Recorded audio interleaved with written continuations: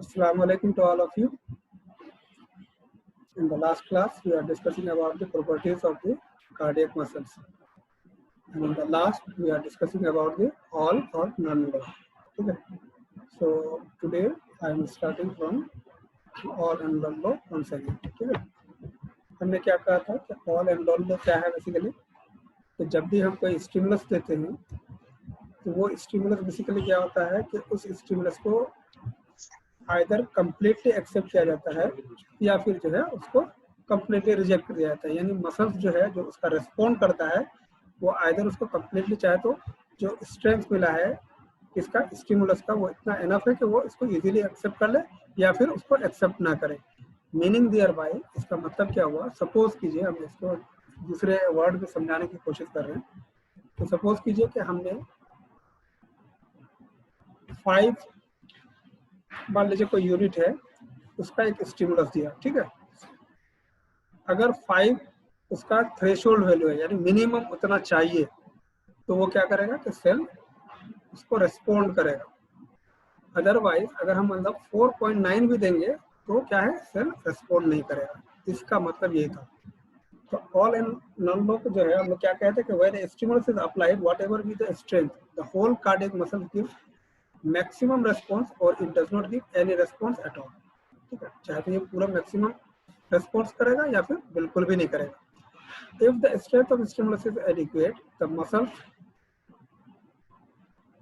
Does not give response. ठीक है, अगर क्या कर रहा है, सॉरी यहाँ पे एक मिस्टेक है, यहाँ पे इनएडिक्वेट होना चाहिए। If the strength of stimulus is इनएडिक्वेट, यहाँ अगर एडिक्वेट कहेंगे तो फिर मसल रेस्पॉन्स करेगा, यहाँ पे डज नॉट नहीं होगा। यहाँ पे इसको करेक्ट कर लीजिएगा। ठीक है, क्या कहा कि if the strength of stimulus is adequate यानी जितना हमें चाहिए अगर उतना स्टिमुलस दे रहे हैं तो मसल क्या करेगा, रेस्पॉन्स करेगा। यहाँ पे गलत लिखा गया है कि ये डज नॉट रेस्पॉन्ड। ठीक है, इसको आप करेक्ट कर लीजिएगा। all or none law is applicable to whole cardiac muscles due to syncytium management या arrangement other than the single muscle fibers। क्या कहा, मैंने कहा था कि टुडे इसमें क्या होता है, कार्डियक मसल्स में सिंसिटियम का एक नेटवर्क है समझ लीजिए, या फिर जो है वो एक ऐसा चैनल है कि एक सेल दूसरे सेल से क्या है कनेक्टेड है। तो उसकी वजह से क्या है, जो इम्पल्स है या जो भी स्टिमुलस है वो क्या करेगा, ट्रेवल करेगा। और इसी वजह से एक सेल्स को भी अगर हम लोग स्टिमुलेट करते हैं तो अल्टीमेटली क्या होता है कि पूरे का पूरे कार्डियक या पूरा का पूरा हार्ट जो है क्या होता है, स्टिमुलेट होता है। बात समझ रहे? यहाँ पे इस डायग्राम में अगर आप देखिए तो इस डायग्राम में यही शो करने की कोशिश की गई है कि देखिए ये डिफरेंट लेवल का क्या है स्टिमुलस दे रहे हैं, डिफरेंट स्ट्रेंथ है। जैसे आप देखिए ये एकदम मिनिमम स्ट्रेंथ है, लेकिन हमें क्या थ्रेशोल्ड जो लाइन आप ये देख रहे हैं ये थ्रेशोल्ड यानी मिनिमम इतना होना चाहिए, इतना होगा तभी क्या होगा, रिस्पॉन्स आएगा, अदरवाइज नहीं आएगा। तो इसको अलग अलग कैटेगरी में दिखाया गया है कि जैसे मान लीजिए पहले थोड़ा सा स्टिमुलस दिया गया तो उसकी वजह से क्या हो, कोई रिस्पॉन्स नहीं हो रहा है। उससे थोड़ा सा ज्यादा दिया तब भी नहीं हो रहा है। क्यों? क्योंकि it is not up to the mark of the threshold value. ठीक है, ठीक है। एंड इस तरह से हम लोग क्या कर रहे हैं, बतदरीज इसको बढ़ा रहे हैं। ठीक है, and ultimately we give a stimulus strength up to the level of threshold value। ठीक है, देखिए यहाँ पे जब जैसे हमने इसको थ्रेशोल्ड वैल्यू के लेवल तक का स्ट्रेंथ दे रहे हैं तो यहाँ क्या आ रहा है, तुरंत इसका रिस्पॉन्स हो रहा है। और कितना रिस्पॉन्स हो रहा है, फुल रिस्पॉन्स हो रहा है ना। यहाँ पे बिल्कुल भी नहीं हो रहा था और यहाँ पे फुल रिस्पॉन्स हो रहा है। ठीक है, सो दिस इज ऑल है number. Hope this is quite clear to all of you.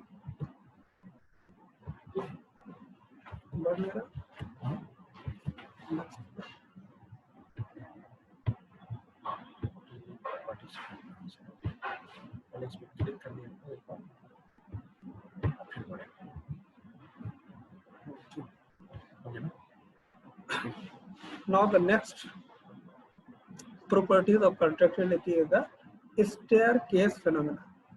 staircase का मतलब समझ रहे हैं, ये देखिए दो वर्ड से बना है, स्टेयर एंड केस। ठीक है, दरअसल जीना के मीनिंग में या आप इसको कह सकते हैं सीढ़ी के मीनिंग में, है ना। हम लोग जो स्टेप बाय स्टेप जो सीढ़ी चढ़ते हैं ना, तो क्या होता है इसमें बेसिकली क्या कर रहा है कि when the heart is stimulated for a short interval without changing the strength of force of contraction increases gradually for the first few contraction and then remain same। क्या कहा कि यहाँ पे हमने एक स्टिमुलस दिया, ठीक है, शॉर्ट इंटरवल के लिए, लेकिन जो स्ट्रेंथ है उसका, स्टिमुलस का जो स्ट्रेंथ है उसमें कोई चेंजेस नहीं कर रहे हैं। क्या कर रहे हैं? When the heart is stimulated for a short interval without changing the strength of force of contraction, तो इससे हम क्या देख रहे हैं कि ये ग्रेजुअली इंक्रीज करता है, ठीक है, और ultimately after a few contraction ये क्या हो जाता है? बिल्कुल सेम हो जाता है। जैसे आप इस डायग्राम में देखिए, इनिशियली हमने एक, सॉरी, यहाँ पे जो है स्ट्रेंथ कितना दिया? सेम स्ट्रेंथ दे रहे हैं और उसको शॉर्ट इंटरवल के लिए दे रहे हैं, तो ये क्या कर रहा है कि स्टिमुलेट हो रहा है, फिर दूसरा जब दे रहे हैं तो फिर थोड़ा और स्टिमुलेट हो रहा है, इस तरह से करके, मतलब यानी एक सीढ़ी की तरह आपको नजर आ रहा है कि वो क्या स्टेप लाइक या स्टेप लेटर लाइक क्या बन रहा है? फेनोमेना हो रहा है, और अल्टीमेटली आफ्टर फ्यू कंट्रैक्शन ये क्या हो जा रहा है? इसका जो लेवल है वो सेम हो जा रहा है। So this is called staircase phenomena, ठीक है। Next property is the summation of subliminal stimulus. Summation का मतलब क्या होता है? समेशन का मतलब होता है जोड़, है ना, एडिंग। सबलिमिनल, सब का मतलब यानी लिमिट, हमें जो लिमिट चाहिए उससे कम की बात कर रहे हैं। सब मतलब कम, नीचे या थोड़ा, अब इसको जिस तरीके से प्रोनाउंसिएट करना चाहिए या उसको समझना चाहिए। तो क्या कर रहे हैं कि इसमें बेसिकली क्या होता है कि इसमें जो है, हमने अभी बताया था कि क्या होता है कि जब हम स्ट्रेंथ कम देते हैं तो ऑल इन वन लो का फिनोमेना क्या शो कर रहा था कि आइदर वो कंप्लीटली एक्सेप्ट करेगा या नहीं करेगा। But here is a different case.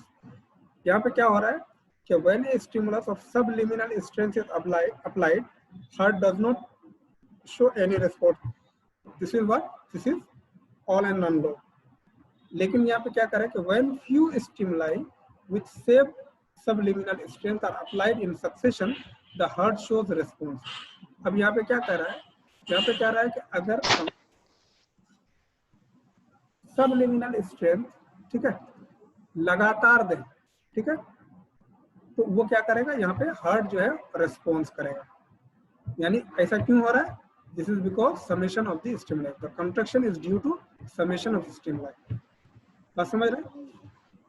जैसे यहाँ पे आपको दिखाया गया है, इस डायग्राम को आप देखिए, डायग्राम में अगर आप देख पा रहे हैं तो क्या देख रहे हैं?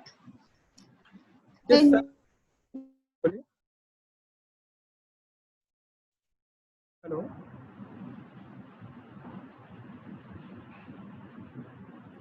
कोई कुछ बोल रहे थे? Summation of subliminal stimulus simply यही कह रहा है कि कुछ नहीं, हम जब लगातार यानी कंटिन्यूअसली जो है, क्योंकि अभी हमने ऑल इन लो में सिंपली ये पढ़ा था कि हम अगर एडिक्वेट स्ट्रेंथ नहीं देते हैं तो उसकी वजह से क्या होता है? उसकी वजह से वो रिस्पॉन्स नहीं करता है। जब हम उसको एडिक्वेट दे रहे हैं तब वो रिस्पॉन्स करता है। यहाँ पे केस क्या है? यहाँ पे केस ये है कि हम इसको इनएडिक्वेट दे रहे हैं बट कंटिन्यूअसली दे रहे हैं, सक्सेशन में दे रहे हैं, है ना। तो उसकी वजह से क्या होगा? उसकी वजह से कॉन्ट्रैक्शन यानी उसका रेस्पॉन्स शो होगा। और ये रेस्पॉन्स क्यों शो होगा? क्योंकि जो लगातार हम जो सबलिमिनल स्ट्रेंथ दे रहे हैं ये सब मिलकर के क्या होता है? ऐड हो जा रहा है, और ऐड होने की वजह से वो क्या होगा? अल्टीमेटली वो यानी जो उसका थ्रेशोल्ड वैल्यू है वो वहाँ अचीव कर ले रहा है, ठीक है, दिस इज थ्रेशोल्ड, ठीक है। तो इसी को हम क्या करें? summation of subliminal stimulus. So these are the some points, which comes under the category of contractility, and you should know all these points. But today one important features of cardiac muscle is the refractory period. So what is the refractory period? The period in which the muscle does not show any response to stimulus. क्या कर रहा है? ये वो वक्त है या ये वक्फा है इसमें मसल्स कोई रेस्पॉन्स यानी किसी भी स्टिमुलस का कोई रेस्पॉन्स शो नहीं करता है, उसको हम लोग क्या बोलते हैं? रेफ्रैक्टरी पीरियड बोलते हैं।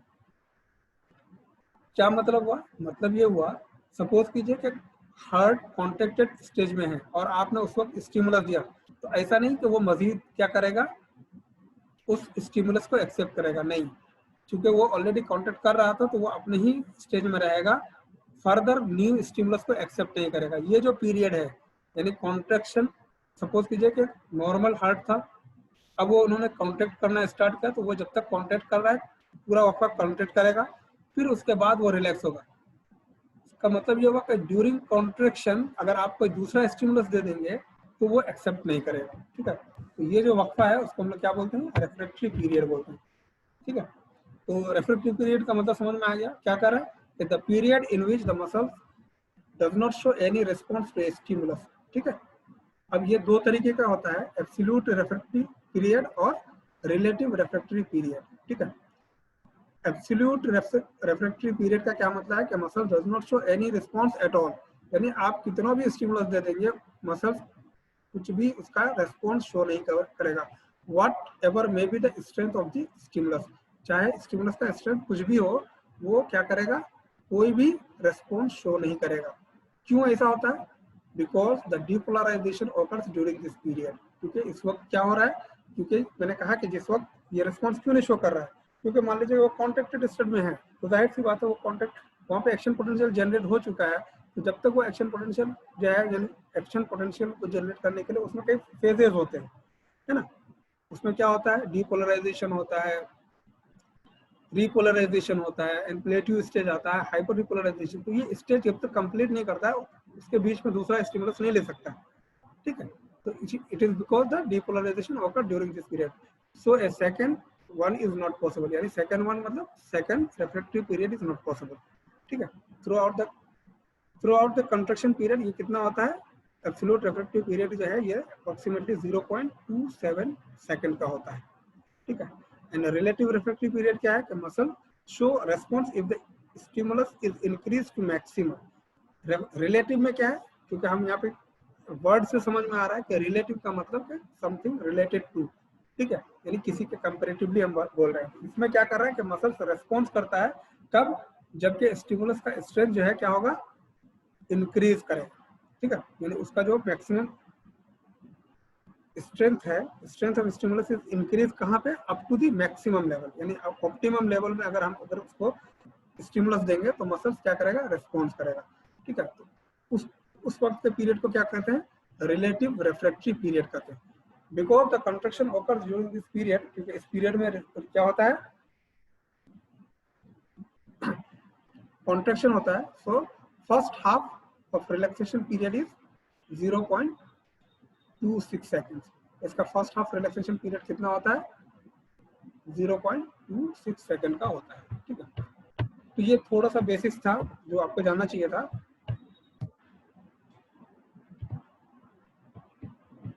अब हम लोग का मेन जो आज का टॉपिक है बेसिकली वो है हम लोग का कार्डियक साइकिल। ठीक है, क्योंकि अमूमन जो है आपको प्रॉपर्टीज में, जब भी आपको कार्डियक प्रॉपर्टीज लिखने आएगा आपको 4 प्रॉपर्टी लिखने हैं, कॉन्ट्रैक्टिलिटी, बाकी ये जो मैंने बताया क्या, all and none law, staircase phenomena and जो है सबलिमिनल ये और रेफ्रेक्टरी, ये सब जो है बेसिकली ये इसके मतलब प्रॉपर्टीज हैं।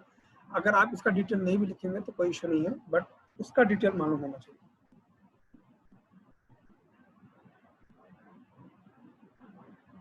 Now coming to the cardiac cycle. Cardiac cycle